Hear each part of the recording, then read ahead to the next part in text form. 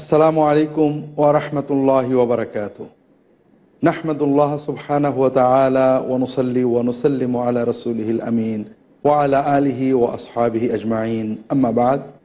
সম্মানিত দর্শক, কিছু দৈহিক কর্ম রয়েছে, এগুলো সহজ, খুব কঠিন নয়, কিন্তু এর ভিতর থেকে আমরা অনেক বরকত পেতে পারি। সকল দৈহিক কর্মের আগে রাসূলুল্লাহ সাল্লাল্লাহু আলাইহি ওয়াসাল্লামের শেখানো একটা ছোট্ট দোয়ার কথা বলি। এটা দৈহিক হলেও জিহ্বার জবানের কাজ, কিন্তু রাসূলুল্লাহ সাল্লাল্লাহু আলাইহি ওয়াসাল্লাম এটা শেখাতেন। আবু মালিক আল আশআরী রাদিয়াল্লাহু তাআলা আনহু বলছেন, সহিহ মুসলিম অন্যান্য গ্রন্থের হাদিস, যখনই কেউ মুসলমান হতো রাসূলুল্লাহ সাল্লাল্লাহু আলাইহি ওয়াসাল্লাম তাকে একটা দোয়া শেখাতেন, সবসময় পড়ার জন্য। ওযু প্রয়োজন না, গোসল প্রয়োজন না, সবসময় পড়া যায়। কি দোয়া? আল্লাহুম্মা গফিরলি ওয়ারহামনি ওয়াহদিনি ওয়ারযুকনি ওয়াআফিনি। রাসূলুল্লাহ সাল্লাল্লাহু আলাইহি ওয়াসাল্লাম 5টা বিষয় চাইতে শেখালেন। আল্লাহুম্মা, আয় আল্লাহ, ইগফিরলি, আমাকে মাফ করে দেন, ইরহামনি, আমাকে রহমত করেন, ওয়াহদিনি, আমাকে হিদায়াত করেন, ওয়ারযুকনি, আমাকে রিজিক প্রদান করেন, ওয়াআফিনি, আমাকে সুস্থতা প্রদান করেন, নিরাপত্তা প্রদান করেন। দর্শক, ছোট্ট ছোট্ট কয়েকটা বাক্য মাত্র। আল্লাহুম্মা গফিরলি ওয়ারহামনি ওয়াহদিনি ওয়ারযুকনি ওয়াআফিনি। সব চাওয়া হয়ে গেল। আল্লাহ আমাকে মাফ করে দেন, আল্লাহ আমাকে রহমত করেন, আল্লাহ আমাকে হেদায়েত দেন, রিজিক দেন, সুস্থতা নিরাপত্তা দেন। আর কি চাওয়ার থাকে? এটা আমরা সবসময় জবানকে এই ধরনের জিকিরে ব্যস্ত রাখবো। এর পাশাপাশি সহজ কিছু কর্ম রয়েছে, করার চেষ্টা করব। আমাদের এই সব নফল ইবাদতের মাধ্যমে আত্মশুদ্ধির পূর্ণতা আসবে। এর ভিতরে আল্লাহ তাআলার প্রিয়তম ইবাদত হলো সালাত।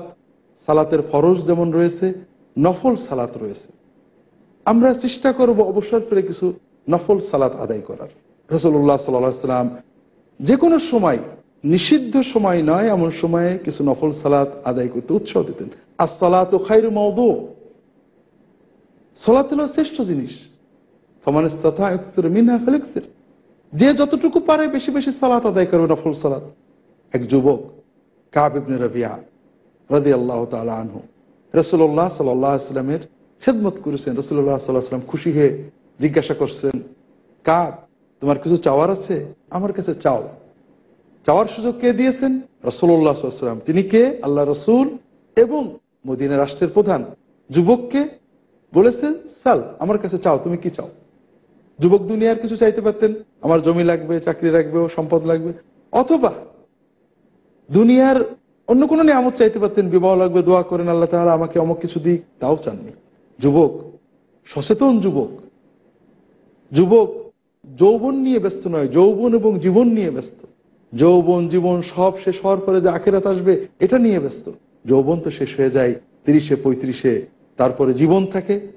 যে যুবক শুধু যৌবন নিয়ে মেতে থাকে, তার যৌবন উপভোগ করতে পারলেও জীবন উপভোগ্য হয় না, কষ্টকর হয়ে যায়। আর যে যুবক যৌবন, জীবন এবং আখিরাত নিয়ে চিন্তা করে, তার যৌবন উপভোগ্য হয়, জীবন উপভোগ্য হয়, আখিরাত উপভোগ্য হয়। ওই যুবক সচেতন যুবক। রাসূলুল্লাহ সাল্লাল্লাহু আলাইহি ওয়াসাল্লামের কাছে বলছে, ইয়া রাসূলুল্লাহ, উরিদু মুরাফাকাতাকা ফিল জান্নাহ, আমি জান্নাতে আপনার সাথে থাকতে চাই। আওয়া গায়রা যালিকা ইয়া কাব, অন্য কোনো কিছু চাও না, শুধু এটাই চাও? আমি এটাই চাই, কারণ দুনিয়ার নিয়ামত তো শেষ হয়ে যাবে, যত নিয়ামত আমি গ্রহণ করি। আখিরাতের অনন্ত নিয়ামতের শ্রেষ্ঠ নিয়ামত জান্নাতে আপনার সাথে থাকতে চাই। ফাআইন্নি আলা যালিকা বিকাসরাতিস সুজুদ, রাসূলুল্লাহ সাল্লাল্লাহু আলাইহি ওয়াসাল্লাম বললেন, যদি জান্নাতে আমার সাহচর্য চাও, তাহলে আমাকে একটু সাহায্য করো, বেশি বেশি নফল সালাত আদায় করো।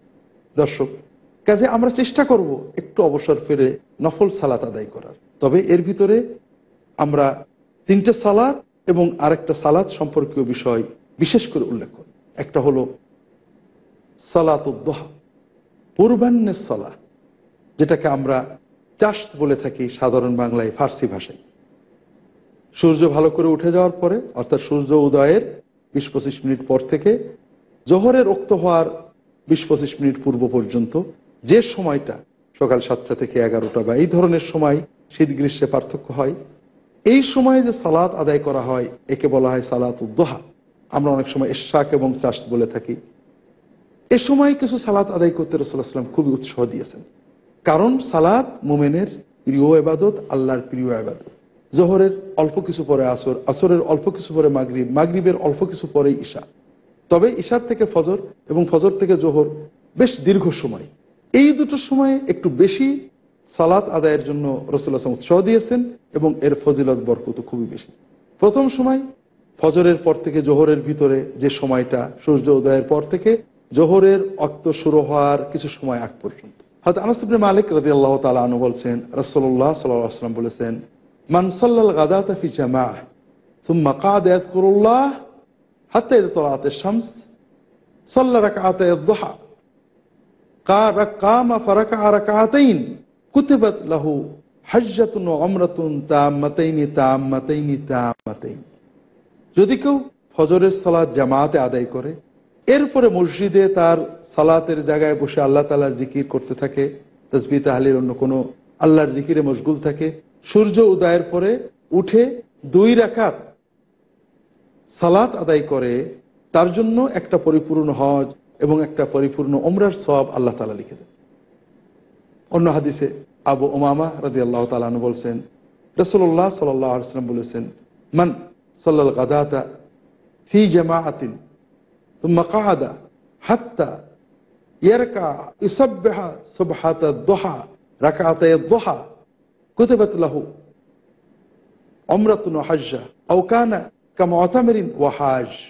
যদি কেউ ফজরের সালাত জামাতে আদায় করে, সালাত আদায়ের পরে বসে থাকে, এরপরে দোহা বা চাশতের বেলা উঠে যাওয়ার পরে দোহা বা চাশতের 2 রাকাত সালাত আদায় করে, তার জন্য একজন উমরাকারী একজন হজকারীর মর্যাদা আল্লাহ তাআলা বরাদ্দ করে দেন। হাদিসগুলো হাসান। ইমাম মুনজিরি আত-তারগিব ওয়া তারহিবের ভিতরে বিভিন্ন গ্রন্থ থেকে সংকলন করেছেন, তিরমিজি, আহমদ অন্যান্য মুহাদ্দিস সংকলন করেছেন, শেখ মোহাম্মদ নাসিরউদ্দিন আলবানী হাদিসগুলোকে হাসান বলেছেন। এই অর্থে অনেকগুলো হাদিস রয়েছে যেগুলো থেকে আমরা দেখি যে আল্লাহর দ্বীন আল্লাহ কত সহজ করেছেন। মক্কা শরীফে, মদিনা শরীফে যাওয়ার সুযোগ অনেকেরই হয় না, কিন্তু ফজরের সালাতটা আদায় করে পুরুষের অবশ্যই জামাতে আদায় করবেন, মহিলাদের জন্য জামাত নেই, জামাতে যাওয়ার জরুরত নেই।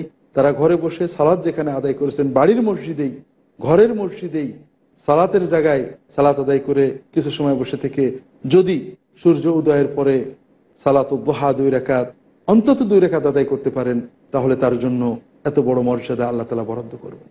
দর্শক, সালাতুদ দুহা বা চাশ এই সময় আদায় করা জরুরি নয়, এই সময় থেকে দুপুরের আগ পর্যন্ত আদায় করা যায়। বরং আমরা বেরিয়ে গেছি, রোদ তেতে গিয়েছে, কর্মব্যস্ততার ফাঁকে 9টা-10টার দিকে আদায় করলে বিশেষ ফজিলত আওয়াবিনের সালাতের কথা বলা হয়েছে। সালাতুল আওয়াবিন হিনা তারমুদুল ফিসাল, যখন বালি গরম হয়ে যায়, উটেরা বালির উপর বসতে পারে না, ওই সময়টাই যখন আমরা সালাত আদায় করব, সালাতুদ দুহা, চাশতের সালাত, তখন সেটা আওয়াবিনের সালাত বলে গণ্য হবে। আল্লাহর বেশি বেশি জিকিরকারী, আল্লাহর নেককার প্রিয় বান্দাদের সালাত বলে গণ্য হবে।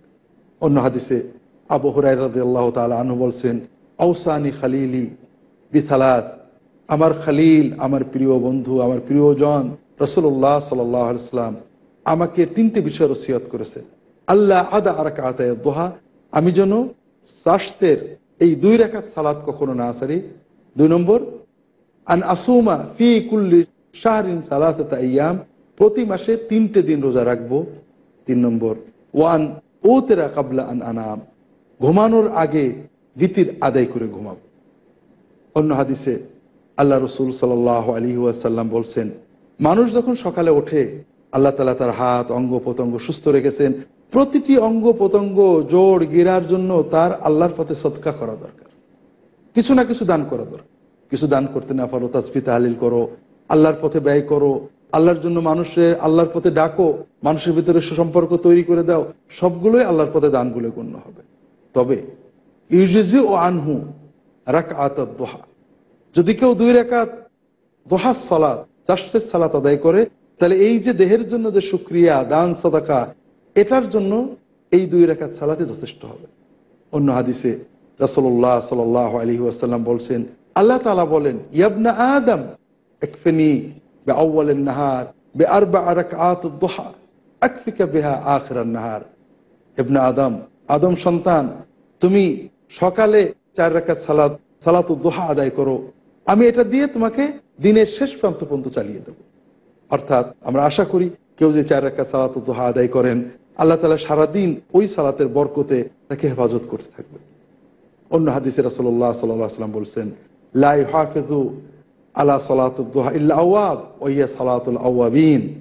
রাসূলুল্লাহ সাল্লাল্লাহু আলাইহি ওয়াসাল্লাম বলছেন, আল্লাহর প্রিয় নেককার বেশি বেশি আল্লাহমুখী মানুষ ছাড়া এই দোহার সালাত সংরক্ষণ করতে পারে না, আর এটাই হলো আল্লাহর প্রিয় নেককার বান্দাদের সালাত।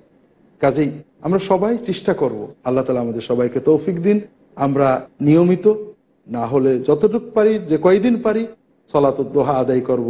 এটা আমাদের আল্লাহর নৈকট্য অর্জনে, তাজকিয়া অর্জনে অত্যন্ত সহায়তা করবে। দর্শক, আল্লাহ তাআলা আমাদের ভালো রাখুন।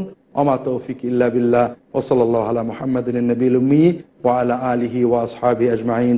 আসসালামু আলাইকুম ওয়া রাহমাতুল্লাহি ওয়া বারাকাতুহু।